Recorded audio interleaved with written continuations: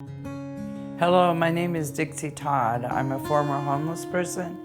I started my journey with Transitions program back when Sister Kathy Beckley had started the Women's Drop-In Center down on Sprague Street by the Fox Theater. When I first became homeless, I couldn't receive any services.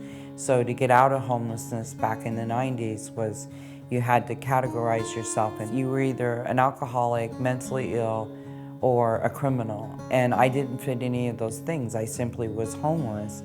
So originally it was just that I had lost my job due to a layoff, and so I was living with my grandmother at the time, and I needed to get a place for me and my son. It's interesting to have come so far so fast, because my homelessness was quite lengthy, and my mental illness really hadn't developed until much later in my homelessness.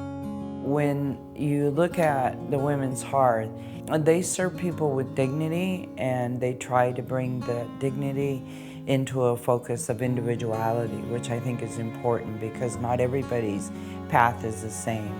And they're real careful to understand that each person that comes in has their own story. And with that own story, obviously comes barriers and challenges because they most likely have disabilities, that have complicated their lives and added to the circumstances of homelessness. I now am applying for my bachelor's degree in interdisciplinary studies from EWU. I also have a minor in disability studies at EWU. I currently live in a nice one-bedroom apartment with a fireplace and a garage and a swimming pool, and I have 2 jobs.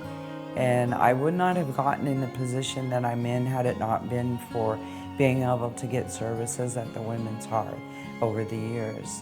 Transitions has helped me to make my recovery speedy and stabilize my growth patterns and my stumbling blocks along the way.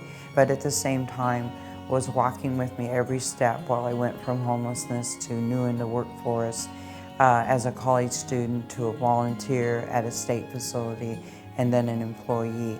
I appreciate the opportunity to do this video. I hope that you continue to support and be active in the Transitions programs, and that the programs are strong and hold a bright future for the many homeless women in Spokane, Washington. They have options for people, and they're willing to work with you right where you're at. And that, to me, is the key to human dignity.